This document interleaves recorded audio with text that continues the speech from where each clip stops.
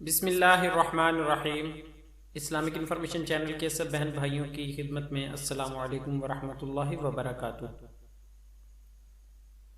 سوال: زکوٰۃ کی رقم کہاں کہاں اور کن مقاصد کے لیے استعمال کی جا سکتی ہے؟ جواب: قرآن مجید میں اللہ رب العزت نے مصارف زکوٰۃ بیان فرمائے ہیں، جن سے پتہ چلتا ہے کہ زکوٰۃ کی رقم کہاں اور کن مقاصد کے لیے استعمال کی جا سکتی ہے۔ ارشاد باری تعالی ہے: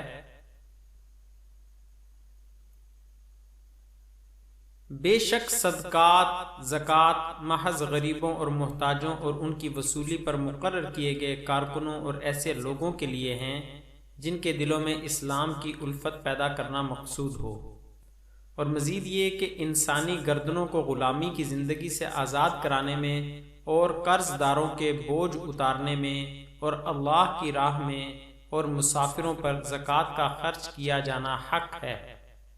یہ سب اللہ کی طرف سے فرض کیا گیا ہے۔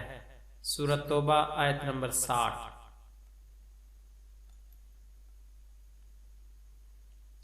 یہ وہ لوگ ہیں جو مستحقین زکوٰۃ ہیں، جن کو زکوٰۃ دینی چاہیے۔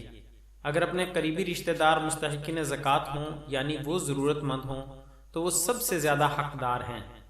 اس سے زکوٰۃ دینے والے کو دوہرا اجر و ثواب ملے گا، ایک زکوٰۃ جو فرض ہے اس کی ادائیگی کا اور دوسرا صلہ رحمی کا۔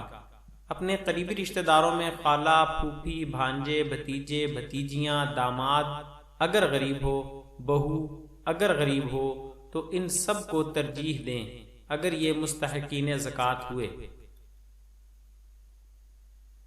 اس کے علاوہ تمام نیک امور میں زکوٰۃ ادا کی جا سکتی ہے۔ ان تمام مقاصد کے لیے زکوٰۃ ادا کی جا سکتی ہے جو خیر پر مبنی ہوں، یعنی تمام رفاہی ادارے، تعلیمی ادارے، مریضوں کے علاج معالجے، غریب اور مستحقین طلباء، دینی مدارس، سکول، دیگر ضرورت مندوں کی ضروریات پر خرچ کرنا، اور ہر اس کام کے لیے زکوٰۃ کی رقم استعمال کی جا سکتی ہے جس سے غریب اور مستحق عوام کا بھلا ہو۔